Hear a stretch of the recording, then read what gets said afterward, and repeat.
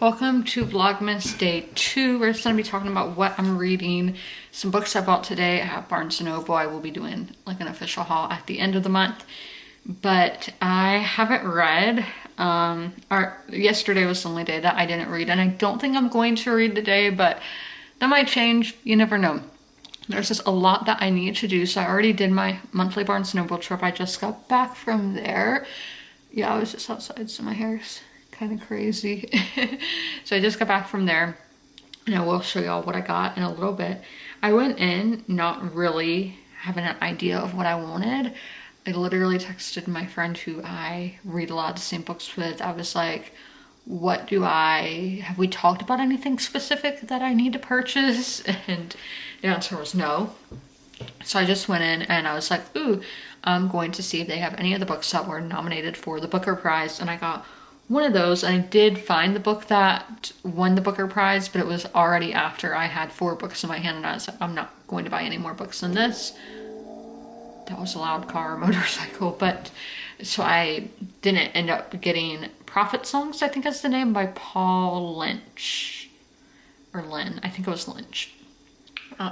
But I do want to buy that book eventually, because a lot of books that I've read that have been nominated for the Booker Prize are books that I love, that are like 5-star quality books. So that is a prize that I pay a lot of attention to. But I don't think I've read any this year so far that I've been nominated. I own some. I own 3 now, and I obviously intend to get to them because they all sound fantastic.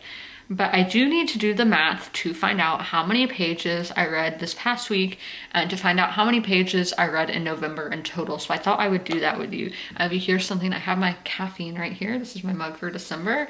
But I haven't had caffeine. This is my first time in like 2 days. So I've had a headache for a good 24 hours now. And I've taken Tylenol. But yeah, that's another thing. It's been freezing all week. Like, we had days down in the 20s, and now it's in the 60s. It makes my nose run, and which is really annoying. But let's do the math to find out how many pages I read in the last few days of November. We're going to get the calculator out because I don't do math in my head or whatever. So 181 plus 122 plus 21. So I only read 324 pages so far this week, but I do intend to read more. But let's see in the whole month of November how much that is altogether. Is this the right page? Yes. And I do need to buy a new reading journal. I just realized that, so I can have it by January. So in total, I read 3,299 pages in the month of November, which, ooh, is that slacking? I don't think so. I read a lot of, I know my number, it's a lot less. Sometimes November is my biggest month of the year, but I read a lot of really thick books this month. Y'all are gonna see here in a minute. I've been reading a lot of over 500 page books, so those are considered tomes. Yeah, so I've been reading not as many books, but larger books. And then I do have my sticker page in here. These are stickers. I got them all this week. Earlier on the 29th, I don't remember what day that was, Wednesday, I went to the Historic Camden Foundation and went on a self-guided tour. So I got one of those stickers so I could go into the certain museums and all. And then I went to Shelby, North Carolina yesterday.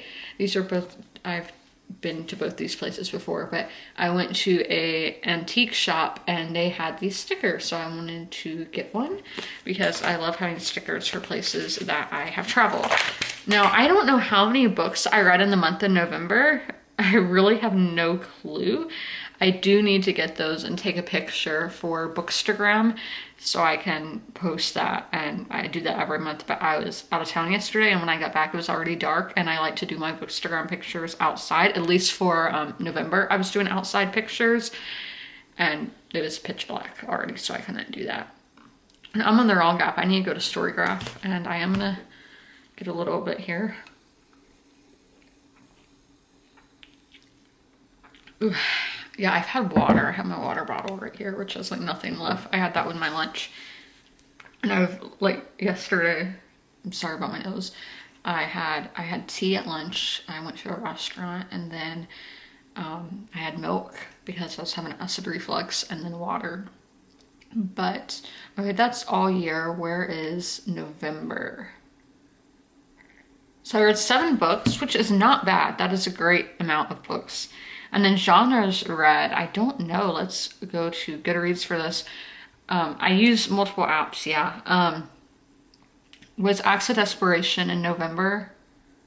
I don't remember. Yes.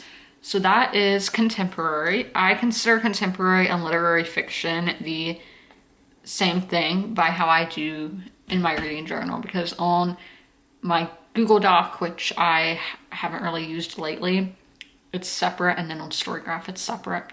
Then The Man Who Swam with Beavers is short stories, which I don't know, do I put that down?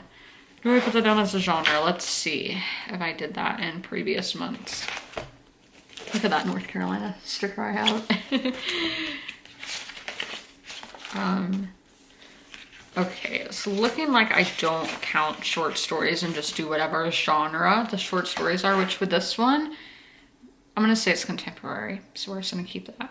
Then I did read a historical fiction. I read multiple historical fictions, but historical fiction, I always call the genre historical, and the girl I met at the bookstore that I went to yesterday referred to it as just historical, not historical fiction.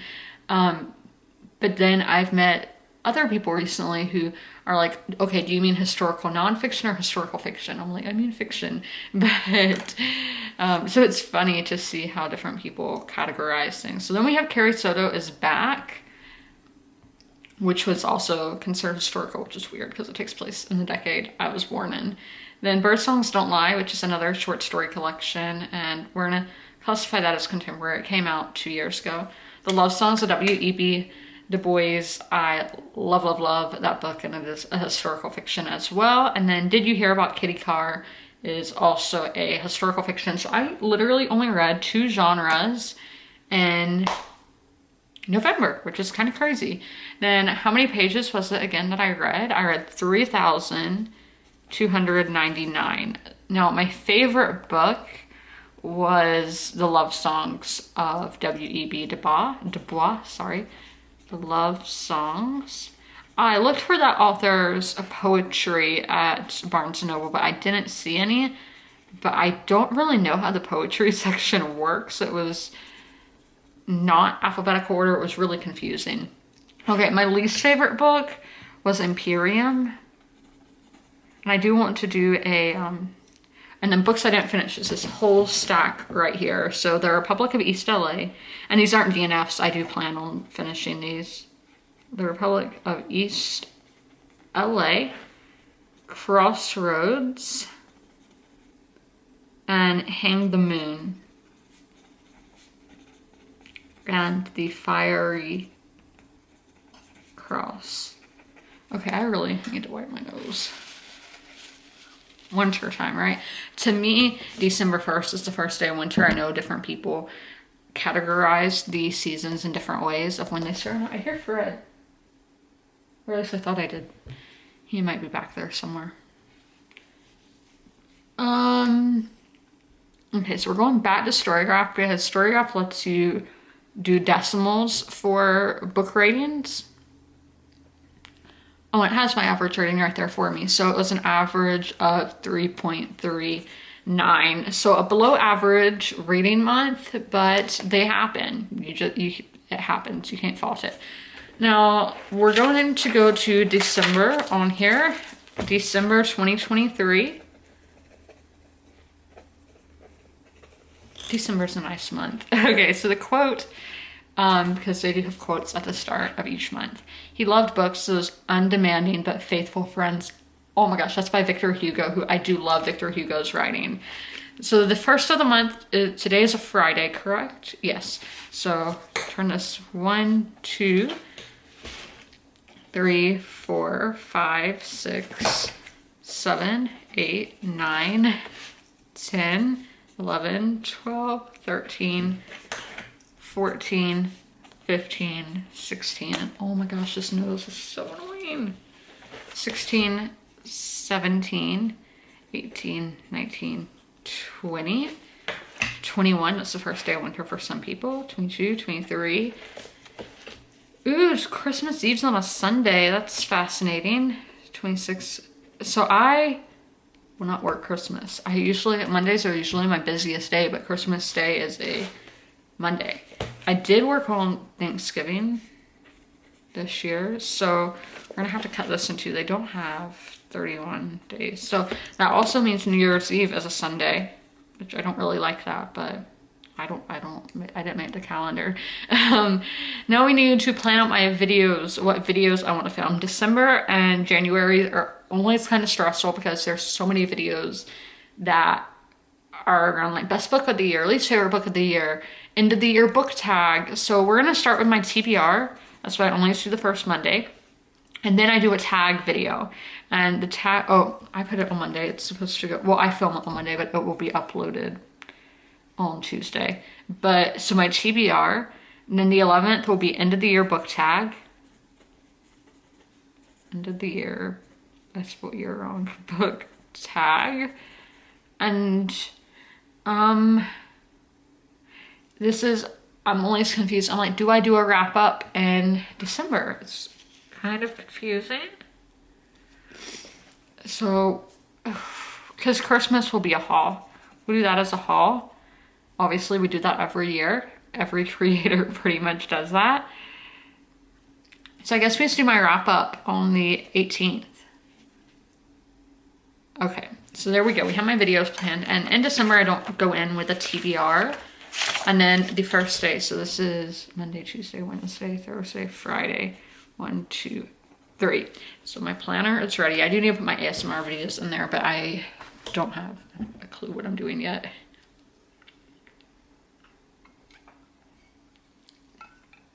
I know the caffeine is not helping with the nose, and then I had spicy food for lunch.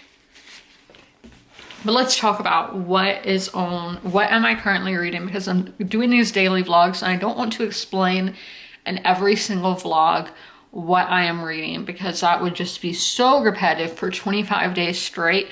I don't want to do that. I don't want to explain 4 books every single day.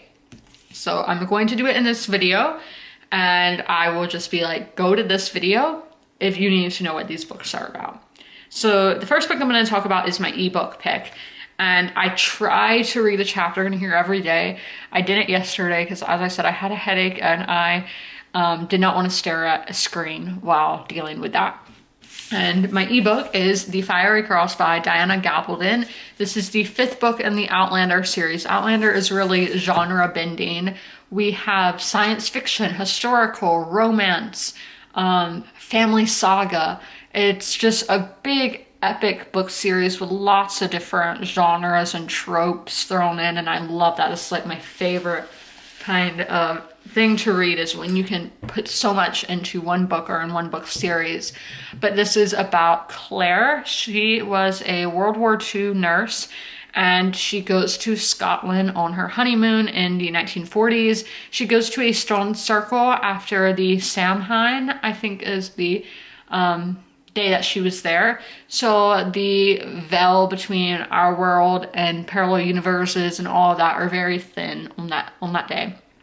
And she travels back in time to the 1700s to Scotland, where there is Jamie Fraser, who is a bit of a criminal. I do think he's the best man in fiction and one of my all-time favorite characters. I love him so much, but I'm not gonna lie, he is seen as a criminal. And yeah, so it's all going where the Jacobite rebellion is happening, which is when Scotland is trying to put a king on the throne, who is Bonnie Prince Charles Stuart, who is Catholic. And on the English throne, you have one of the Georges, and my dog just went running by, she's probably chasing squirrels, but who is Protestant. And the Scottish don't want to be Protestant, they want to be Catholic and all of that.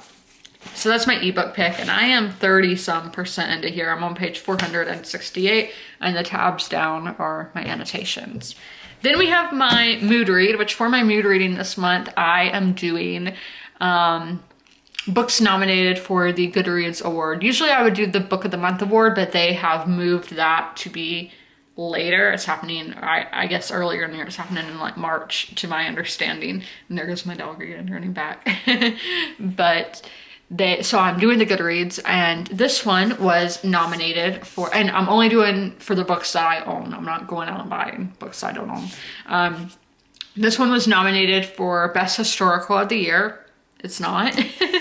It might be it because I didn't really like the other one that was nominated. But this is Hang the Moon by Jeanette Walls. This is a historical fiction set in the Prohibition era in rural Virginia. And it's basically a Tudor retelling of Elizabeth I. It doesn't say that anywhere on it, but once you read this and if you know Tudor history, you're like, yep, that's what this is. And I don't know how else to describe it. Let's see what they have here. Yeah, it's most folk thought Sally Kincaid was a nobody who'd amount to nothing. Sally had other plans. Not a huge fan of that one. And then we have my 5-star prediction, which I am loving, but I don't think it's going to be a full 5-star. I think it's going to be more of a 4-star just because the timeline is kind of hard to follow. I think that should have been done differently.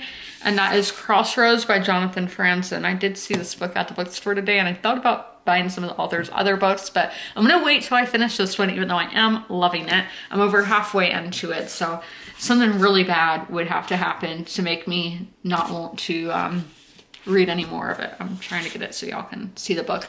This is a historical fiction set in 1971, and it is following all one family, the parents, and then the older kids, because there's a 9-year-old son, but it follows like the teenage kids, and then the oldest son, he's in college. I don't know how old exactly he is, 20 something, but he might be like 19. I don't know how old he is, it doesn't say.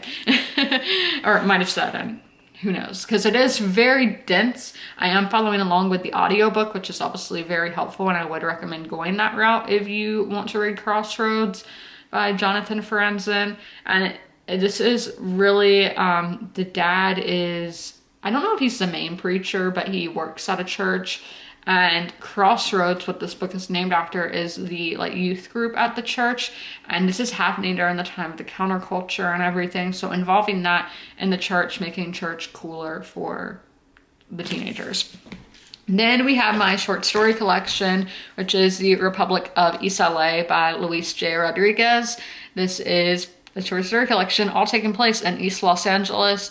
We're seeing all different people, like all different races, or no, they've all been the same race. No.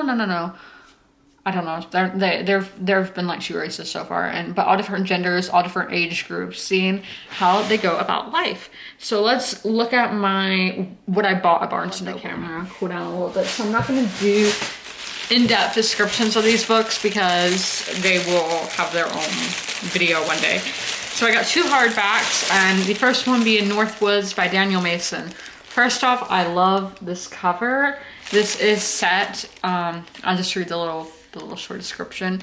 A sweeping novel about a solitary house in the woods of New England told through the lives of those who inhabit it across the centuries, a daring, moving tale of memory and fate. Love that. So it starts out with the Puritans, and I don't know how far into the future it's gonna go, but I've seen this in a lot of lists, and I'm really liking that early American time period right now.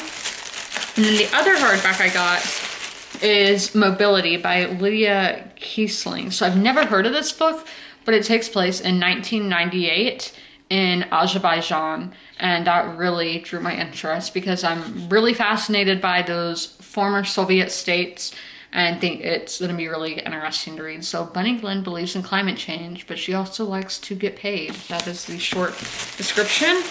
And then this is the book I got that was nominated for the Booker Prize, and it is This Other Eden by Paul Harding. And this is set in 1792. Formerly enslaved Benjamin Honey and his Irish wife Patience discover an island where they can make a life together, beginning an interracial community that by 1912 includes the indomitable matriarch Esther Honey, her carpenter son Ehi, his son Ethan, a talented self-taught artist. Okay, that just goes on and on, saying like everybody who lives there. And then the last book is another one that I hadn't heard of before, and that is Days Without End by Sebastian Barry. This is set in the 1850s, Moving from the plains of Wyoming to Tennessee, Days Without End is a masterpiece of atmosphere and language and a haunting portrait of the most fateful years in American history. So that is today's video. I hope you guys enjoyed. I hope you are having a happy holiday season. Leave a book emoji in the comments below if you made it through this whole video. And as always, comment, rate, and subscribe. And don't forget to ring that notification bell to be notified when all my videos go live. I'll see you in the next one. Bye.